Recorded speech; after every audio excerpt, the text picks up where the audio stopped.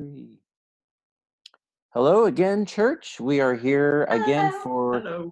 another ish episode of our Essentials series, and I have with me this time Robert and Ashley Trinidad. Say hi, guys.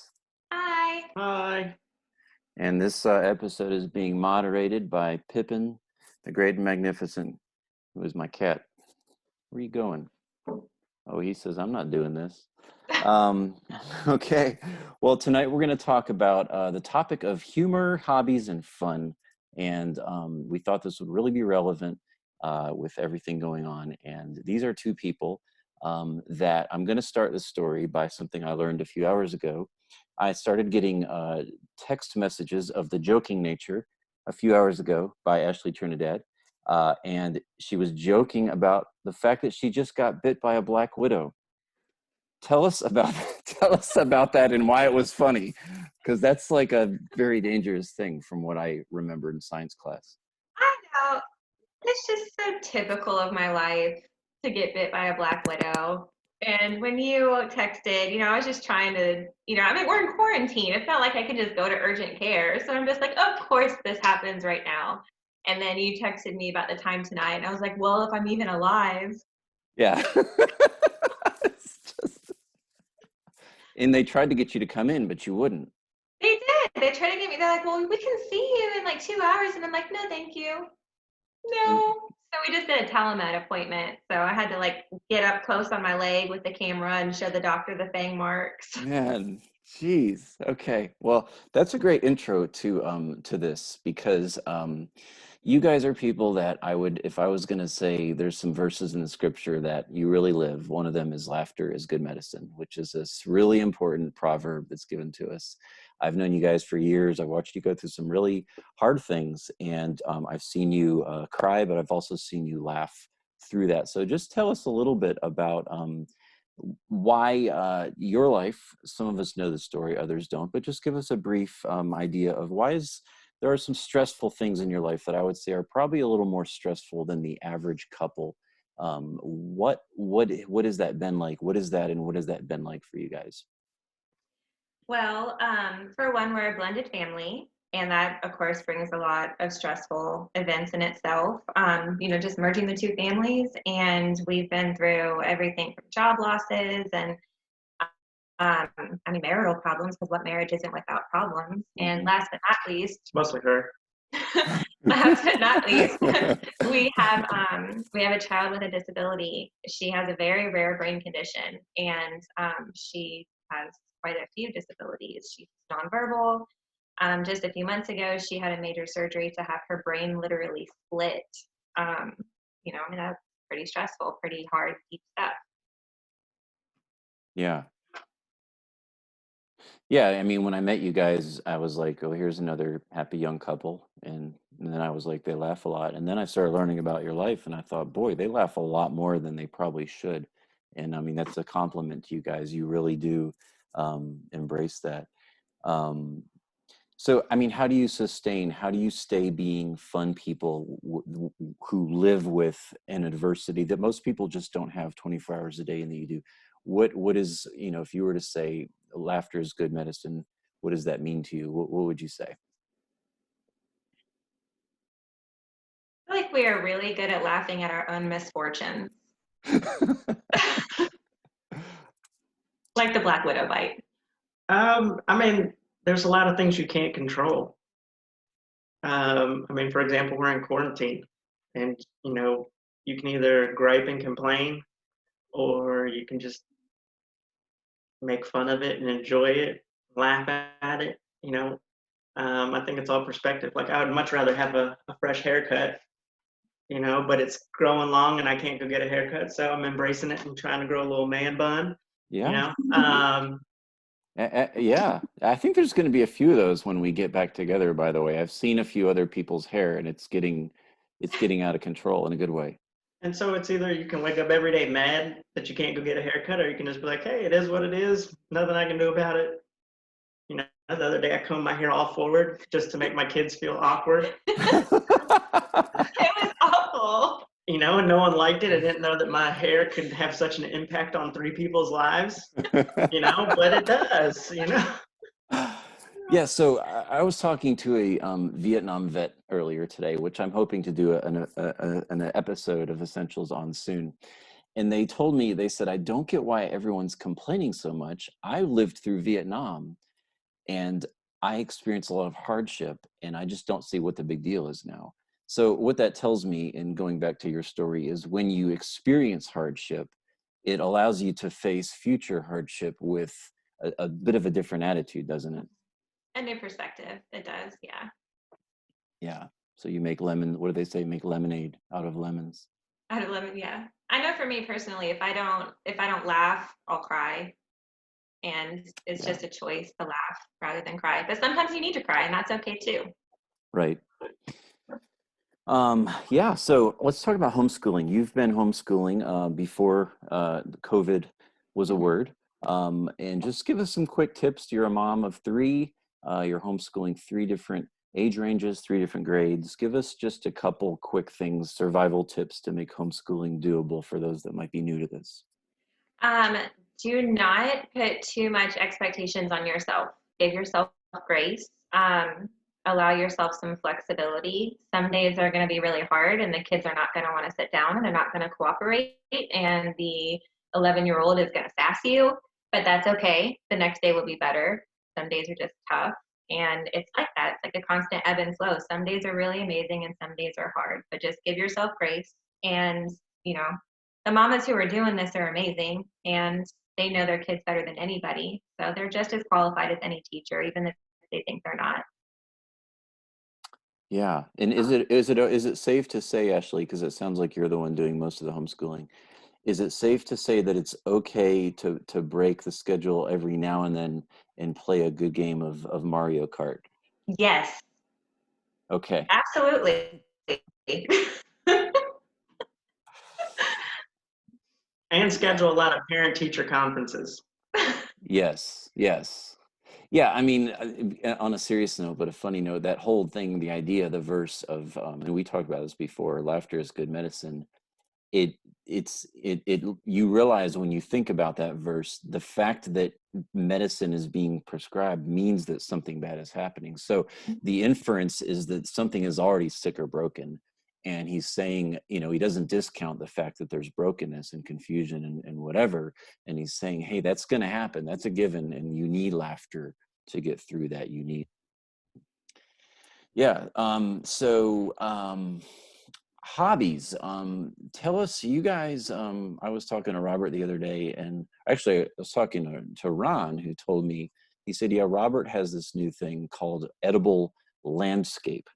And I had never heard that term. So I ended up talking to Robert, and Robert explained that you've converted your yard into a produce stand, and We're trying.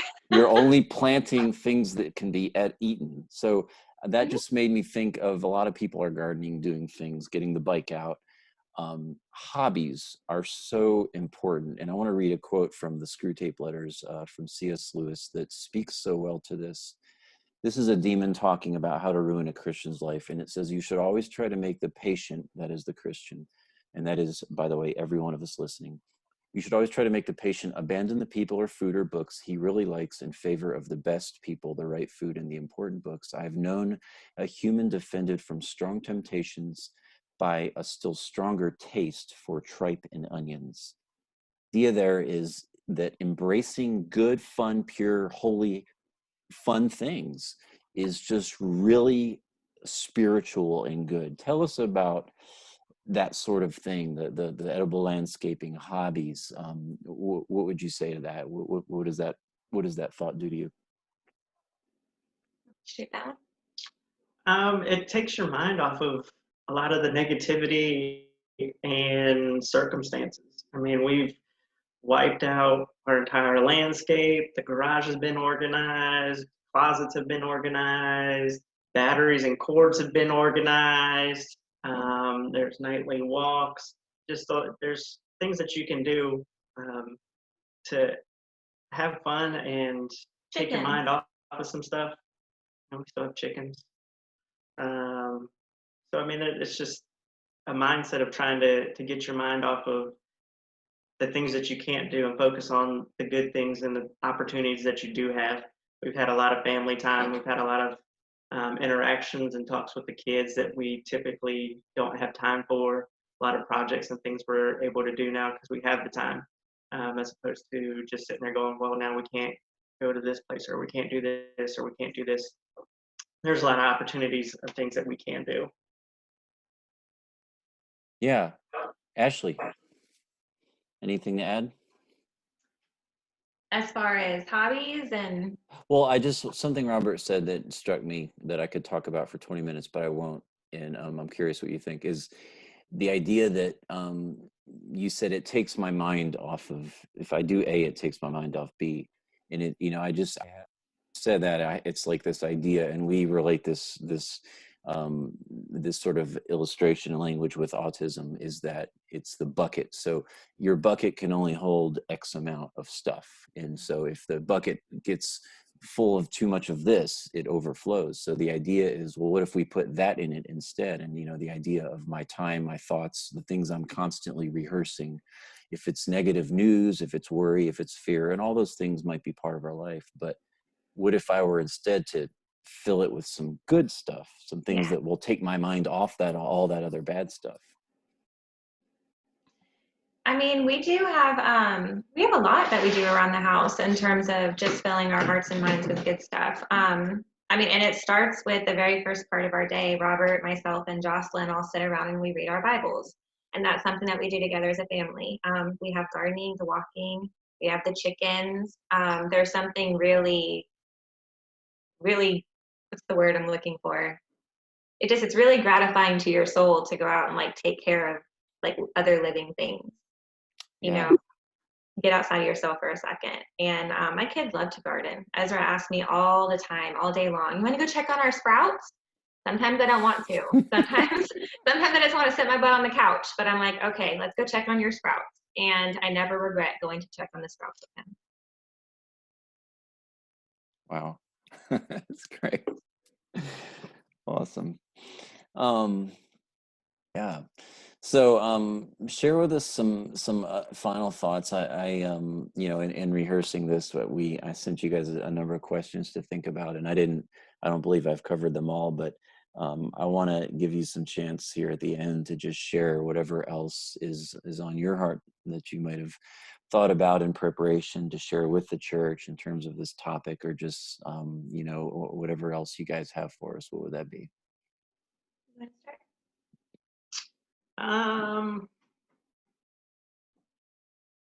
Probably like don't miss out on opportunities while we have them. We're forced to stay home. We're forced to spend time with our kids, our significant others. I know what you mean. Sometimes, and sometimes, like I'm working from home, and I have been the past few weeks, and so now I get to have dinner with the family. I get to spend breaks with the family. I'm not in a meeting or a call or something, I can go see what they're doing when they're gardening and things like that. And it's opportunities to spend time to pour into my family.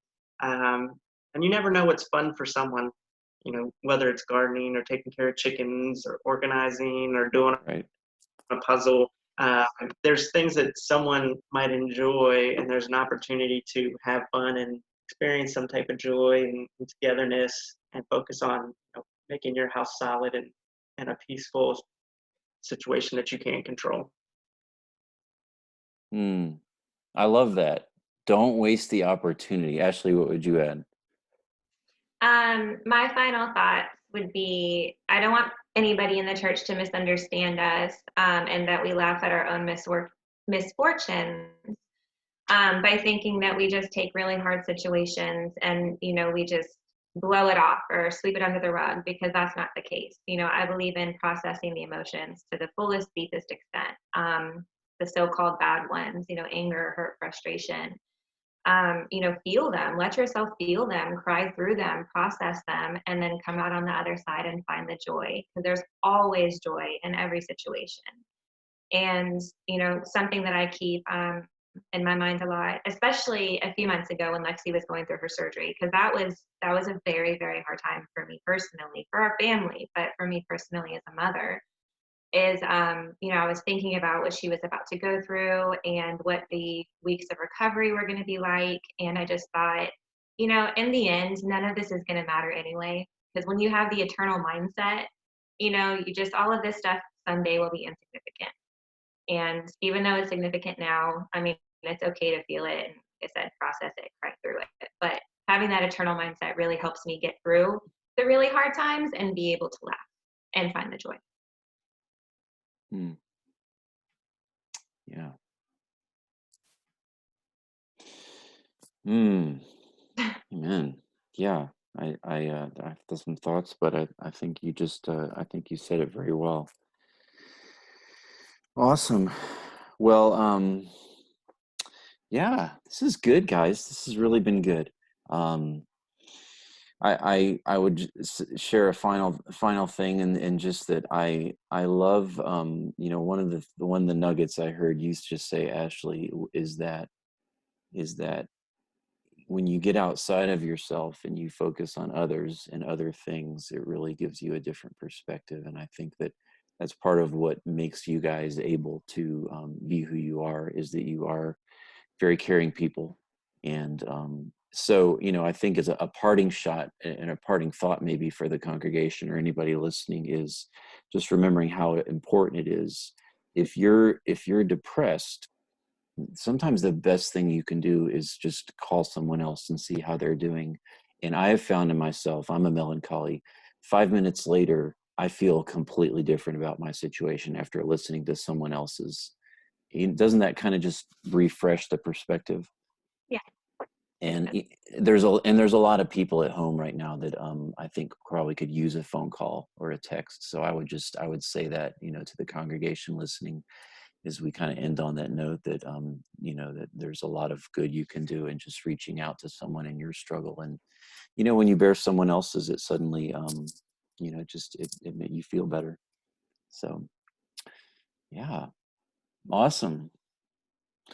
What's growing in the garden? Give us some things as we close here. What are you guys growing? Okay, so we've got strawberries, cucumbers, various kinds of peppers. We've got a fig tree. We've got actually blue pumpkins growing. Hey, Pippin! Let's see, zucchini, green beans, blueberries, oranges, lemons, all sorts of herbs. Am I forgetting anything? Thanks to Ron, we're about to have some peanuts. Oh, peanuts and lots of flowers. Ezra says that the bees need more flowers. Awesome. Very cool. All right. Well, if you have gardening questions or Black Widow questions, or if you need to know how to beat Bowser, right, in Mario, what's the game? Yes. Yeah. So if you have questions about any of that or how to do your hair backwards, call Robert and Ashley. Yeah. They will answer all your questions. And until next time, guys, I want to say thank you so much. And until next time, this is Robert and Ashley Trinidad and Jeff and Pippin the cat. We are signing out and saying goodbye. Bye. Bye. Bye.